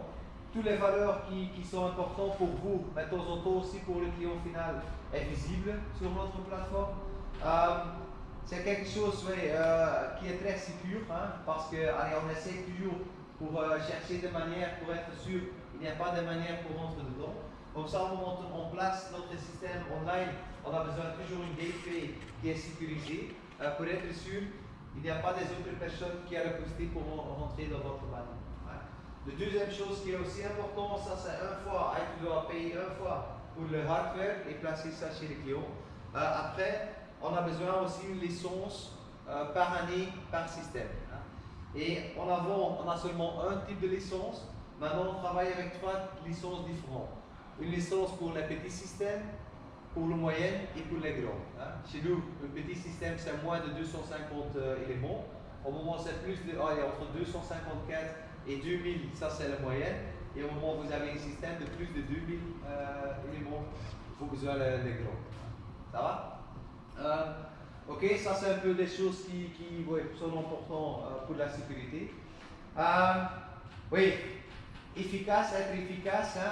Au moment où tu vois les valeurs de toutes les choses en distance, à ce moment tu gagnes déjà le temps pour faire les autres actions.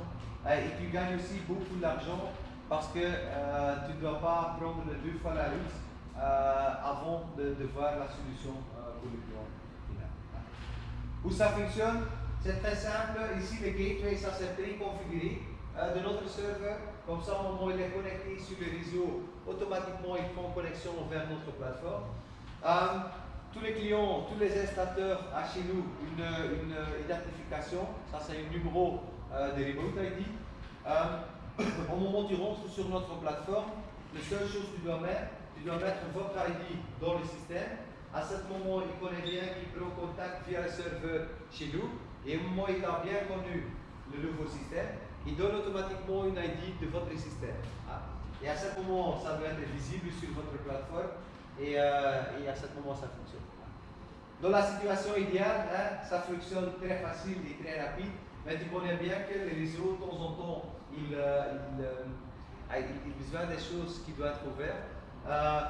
Et maintenant, on a travaillé aussi pour utiliser une gateway qui a aussi une porte pour une carte SIM.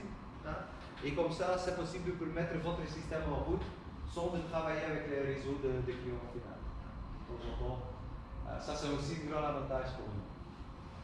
Ok? Ici, ça c'est quelques exemples où la plateforme, quelles sont les possibilités dans la plateforme. Mais je vais montrer ça directement sur mon ordinateur. Comme ça doit être un peu plus clair et tu vois toutes les possibilités de notre plateforme. Ça va? Ok? Ça c'est un peu mon présentation. Vous avez encore des questions concernant l'information que j'ai donnée déjà? Ou pas direct? Non? Je vais commencer de montrer notre plateforme NexoSpace sur mon ordinateur et après on a encore quelques tests. Ok, il n'y a pas toutes les technologies qui fonctionnent encore, mais c'est quelques tests qui montraient qu'au moment où tu dois tester quelque chose, il y a aussi des manières plus faciles pour tester des choses avec une flux réelle. Ça va? Mais je vais montrer en premier notre plateforme.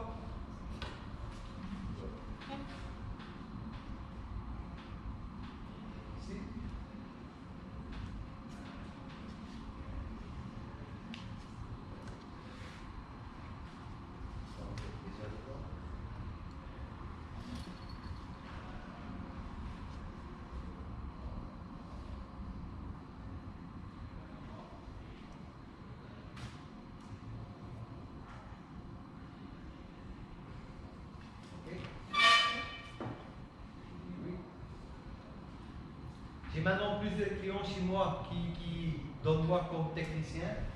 Comme ça, je vois beaucoup des installateurs. Moi, je prends maintenant l'installation de RAS parce que ce système s'est connecté sur notre plateforme NexoSpace. J'ai déjà rentré dedans. Sur le système, ok, c'est pas grave. Ici, je suis directement sur le système de démo. Ça, c'est le système qui est placé ici. Et au moment où je travaille avec cette application, j'ai 3 modules. Le premier module, ça c'est les remotes, mais c'est pas ce panneau, je pense. Hein. Lucas? C'est ici. Fire Experience, parce que j'ai pas bien vu que lui, il est bien connecté sur le connexion cloud pour lui. Au moment où vous avez accès à cette plateforme, vous avez 3 modules. Le premier module, ça c'est Remote Connect. Ça c'est tous les possibilités que vous avez eu normalement avec le câble USB chez les clients même, au moment où vous êtes connecté avec notre logiciel. Maintenant c'est possible pour faire ça en distance. Et ça c'est un grand avantage parce que chez Bosch, on a la possibilité pour voir l'écran de notre système et on a aussi la possibilité pour assister le client final pour utiliser son système. Hein.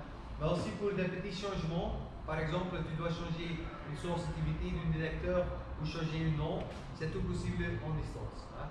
Ici, sur le login, il montre aussi à vous c'est quelle personne qui apprend la connexion et combien de temps il a connecté sur cette système.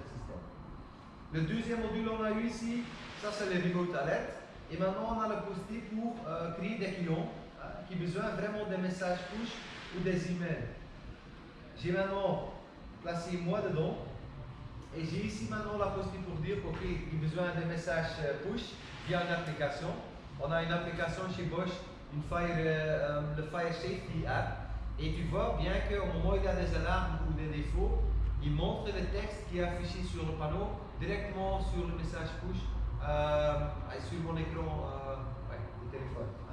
Les messages email, c'est vraiment la même chose. Il montre le texte qui est montré sur le panneau dans l'email. Comme ça, tu connais bien que c'est quoi justement comme alarme. Il n'y a pas vraiment une limitation combien d'utilisateurs j'ai créé ici dans cette plateforme. Au moment où vous dites, ok, j'ai 50 clients qui ont besoin de cette information, j'ai la possibilité pour mettre 50 clients dans le même système. Et il y a aussi une possibilité pour dire, ok, pour moi, tous les défauts ou toutes les alarmes sont importants pour mon client final. Par exemple, c'est seulement les alarmes qui comptent. Ça va?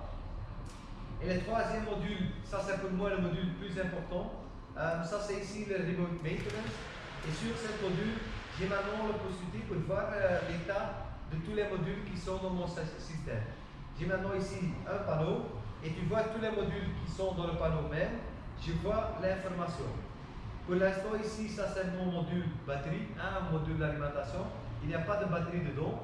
Mais le jour où j'ai mis des batteries dedans, il montre à moi la résistance de mon batterie, la résistance interne de mon batterie. Comme ça, avant je rentre là-bas pour faire la maintenance, j'ai déjà la possibilité pour vérifier que les batteries sont encore bonnes ou pas. Et je prends des nouveaux batteries avec. Ici pour les détecteurs, le module LSN, ça c'est le module boucle. J'ai ici toujours la possibilité pour voir l'état de tous les détecteurs. Ici par exemple les 2 détecteurs qui sont placés là-bas. J'ai maintenant la possibilité pour voir les valeurs. Il montre en premier quel type vous avez mis. Il montre le nom de mon élément. Il montre le code ID de mon appareil. Il voit la pollution, les températures au moment où il y a un multicritère. Il a aussi un détecteur thermique dedans. Il montre aussi à moi combien de temps il est placé. Et ça c'est quelque chose de temps en temps intéressant pour le client final. Au moment où vous dites ok, j'ai changé 20%. Le client a toujours la possibilité pour vérifier aussi bien vous avez changé les détecteurs ou pas. De temps en temps pour les installateurs c'est pas toujours bien ça, mais je veux aussi être transparent envers le client final. Ça c'est une grande chose pour vous-même. Ici au moment où il y a vraiment des problèmes avec des éléments, il montre aussi à vous tu dois faire quoi justement. Cet rapport c'est aussi possible pour télécharger cet rapport. Moi je dis ici le rapport et je dis download sensor report en PDF et gérer le même tableau avec un rapport PDF et comme ça c'est très simple pour gérer gérer un rapportage de tous les états de tous les éléments. Comme ça il a géré ça pour moi automatiquement. Ok? Ici par exemple sur le deuxième boucle j'ai quelques problèmes. Au moment où je dis maintenant montre à moi quels sont les problèmes. Il voit ici la pollution de cet détecteur est trop haut. Et tu dois changer le détecteur. Comme ça tu vois bien quel est le problème exactement. Et tu ne dois pas vérifier tous les éléments en détail via votre module. Ok? Ici, maintenant, c'est un peu difficile pour montrer ça, mais je vais montrer un exemple. On a aussi la possibilité pour gérer un rapport de test. Comme ça, je place ici mon système en test. Hein? Je ne sais pas, mais autrement, je prends l'autre. En fait, je prends l'autre boucle. Parce que le seul détecteur qu'il y a maintenant sur cette module, c'est vraiment le détecteur qui donne la pollution. Je prends lui. Ici, je démarre mon test. Okay. Il montre à moi, la seule chose que j'ai besoin encore, je dois placer aussi encore mon panneau mot test. Ça, je vais rentrer dans le menu maintenance.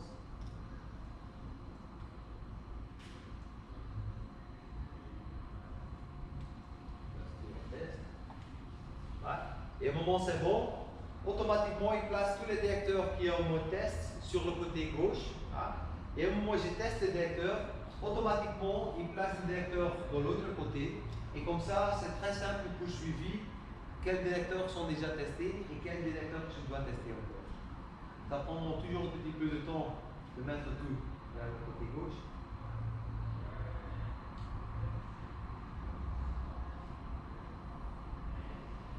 Ouais, ils sont là-bas. Comme ça, au moment où je teste maintenant le détecteur, automatiquement il place le détecteur à le côté droit. Et j'ai toujours la possibilité aussi pour placer une notification. Et aussi une petite possibilité pour dire, ok, j'ai bien vérifié le détecteur visuel pour être sûr qu'il est bien installé et il n'y a pas de gros soucis. Au moment où je suis prêt, j'ai la possibilité pour gérer cet rapport. Comme ça, tous les tests que vous avez faits, ils gèrent automatiquement pour vous une rapport de test comme ça. Hein? J'ai fait ça ce matin. Autrement, je prends lui. Hein, il a pris maintenant aujourd'hui, mais je prends lui. Hein, on a fait ça ce matin. PDF. Et comme ça, tu vois, j'ai testé 2 détecteurs et sur un des détecteurs, j'ai mis une notice pour dire qu'il peut voir qu'il y a quelque chose devant le port extérieur. Comme ça, ça donne de temps en temps un problème. Et j'ai aussi dit que j'ai bien vérifié le détecteur visuel. Et ça, c'est une chose, gérer ça automatiquement. Comme ça diminue énormément votre travaux administratifs pour le parti maintenance.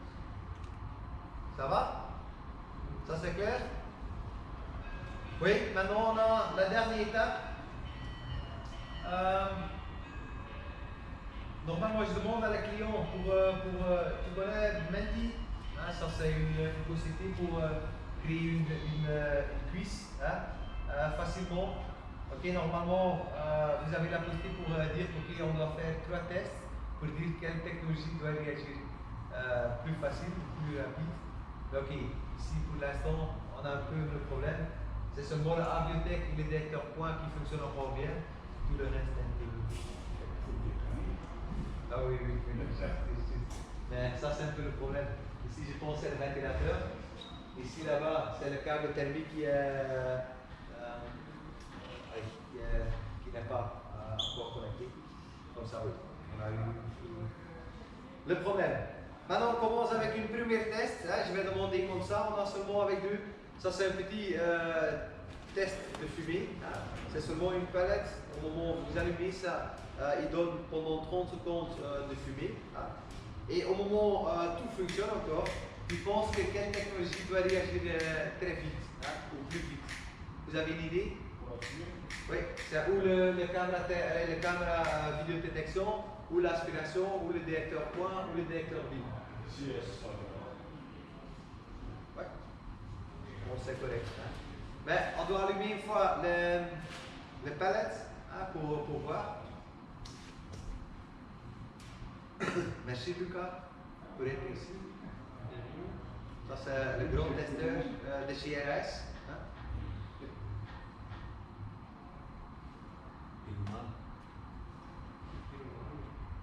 Ouais. Comme ça donne pendant 30 secondes de fumée. Hein. Mais tu vois bien quel est un petit peu le problème. Il n'a pas beaucoup de chaleur, comme ça le fumée ne rentre pas très vite en eau. Hein. On va regarder une fois sur notre Aviotech. au moment où il a bien détecté, il montre aussi le cadre et il dit ok, j'ai bien vu que l'alarme.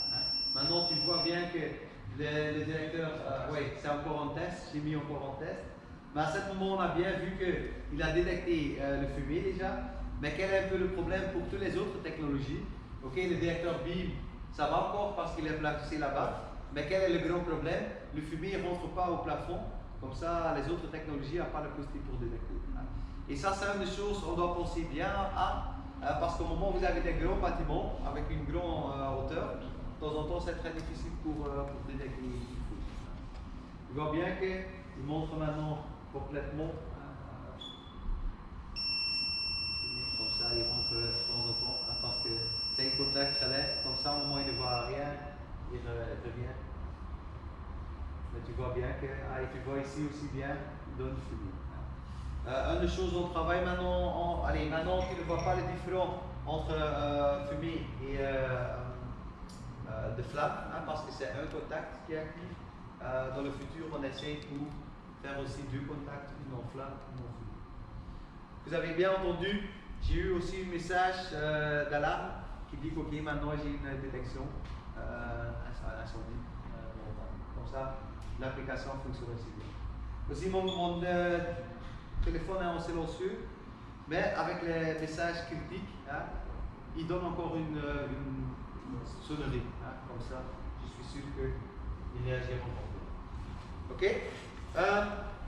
on doit attendre un petit peu. Normalement, le test feu, après ça, c'est toujours ici une test flamme avec des liquides. Maintenant, je prends ici brandspiritus ou wasbenzine, ça c'est deux liquides qui donnent directement une flamme. Et ça, c'est aussi une manière très facilement pour détecter. Donc moi, je demande maintenant, c'est quelle technologie qui doit être plus vite? C'est où le détecteur point, l'aspiration ou la aviotech? Ouais, c'est ça. Parce que les autres deux, ils ne regardent pas des flammes. La seule possibilité que j'ai eue, par exemple, au moment où je place la caméra thermique sur un côté avec par exemple des matériels flammables, de temps en temps, lui, il a encore la possibilité pour détecter. Parce qu'il voit aussi la température qui est très haute. On va attendre un petit peu, juste au moment où l'aviotech est prêt. Mais tu vois, ici, tu ne vois pas beaucoup de fumée, mais pour lui, il y a encore toujours un changement dans l'image et il détecte encore très rapidement. La caméra même reste que l'aide, c'est pas définitivement un détecteur, ni en fumée, ni en flamme. Ok, on travaille bien sur le norme. Le norme doit dire de plus en plus, ok, c'est comme une technologie pour détecter, mais pour nous en Bosch, on doit dire toujours, pour nous c'est quelque chose de supplémentaire que tu dois mettre sur les installations. Jamais la détection de base qui est certifiée et normée pour être utilisée. Parce qu'il y a beaucoup de choses que tu dois penser avec une caméra. De temps en temps, c'est bien pour mettre, pour détecter très rapidement, mais de temps en temps, on voit aussi des réflexions, des noirs qui donnent des problèmes et on doit penser à beaucoup de choses. Alors, aussi, toujours au moment où il voit quelque chose, il place aussi automatiquement le caméra un peu plus sensitif. Comme ça, il réagit beaucoup plus mieux comme la situation normale.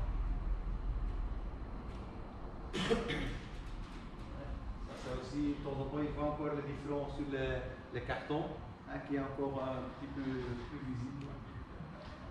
Ça doit être bon. Maintenant, on doit faire le test avec des flammes. Seulement un petit peu liquide.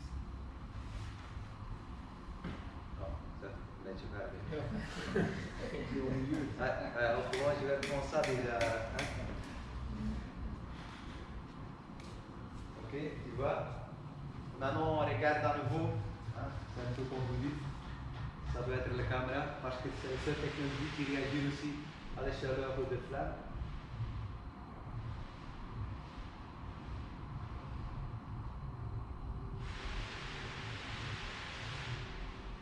Tu vois, il va prendre bien le cadre et montre directement la flamme.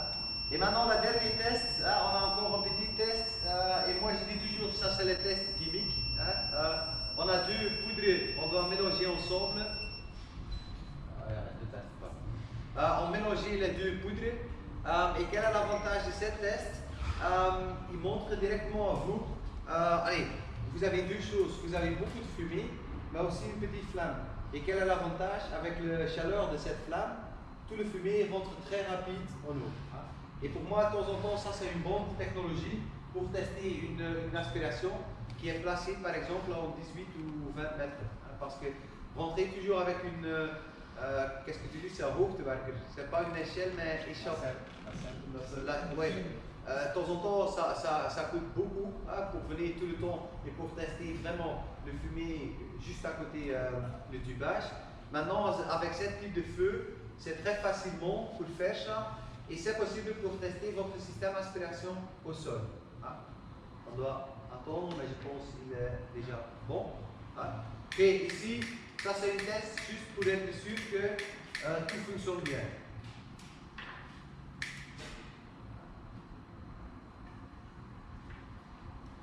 Et tu vois bien que vous êtes dans le premier. Ouais. Et vous avez voir bien que c'est une grande flamme. Il y a beaucoup de fumée, mais ça c'est l'avantage. Le fumée rentre très haut et ça ne donne pas beaucoup de pollution. Et ça c'est aussi une des choses au moment du test sur un bâtiment qui est déjà ouvert. C'est mieux pour voir quelque chose qui ne donne pas de pollution dans leur situation. Tu vois maintenant. Il a bien vu le flamme, le fumée, c'est un peu trop rapide pour notre caméra parce que ça rentre trop en eau. Et maintenant on doit attendre un petit peu, mais normalement le fumée est vraiment dans notre plafond. Et après un certain temps, le détecteur doit réagir juste la même chose. Ouais, je suis content, il a bien travaillé. Hein, notre caméra, il a détecté tous les feux. Et normalement, on a eu encore la dernière possibilité pour donner une alarme feu. Normalement, on fait encore un deuxième test là-bas, parce que normalement, la caméra il doit voir bien que le fumée. Mais on a aussi la possibilité pour faire une fois un test là-bas, pour voir bien qu'entre les ouvertures, il a aussi la possibilité pour détecter bien le fumée. Alors, je me demande pas la tâche de lui. Pas la tâche d'or. Ouais, on fait le même test comme le premier avec le petit palette et tu vois que il y a pas, ouais, à mon avis ça c'est le directeur qui a maintenant donné aussi l'alarme. Ouais, le directeur. Et tu vois bien que hein, c'est le directeur puntuel qui donne encore. Et tu vois maintenant aussi une fois la différence une flash LED et une flash xénon. Hein, c'est vraiment très visible. Je laisse pas plus rapide. Alors, maintenant, il doit faire juste la même chose et tu vois, il n'y a pas beaucoup de place, hein, mais avec les ouvertures, on va voir, il doit bien aller bien vu le fumée qui rentre un petit peu. Voilà.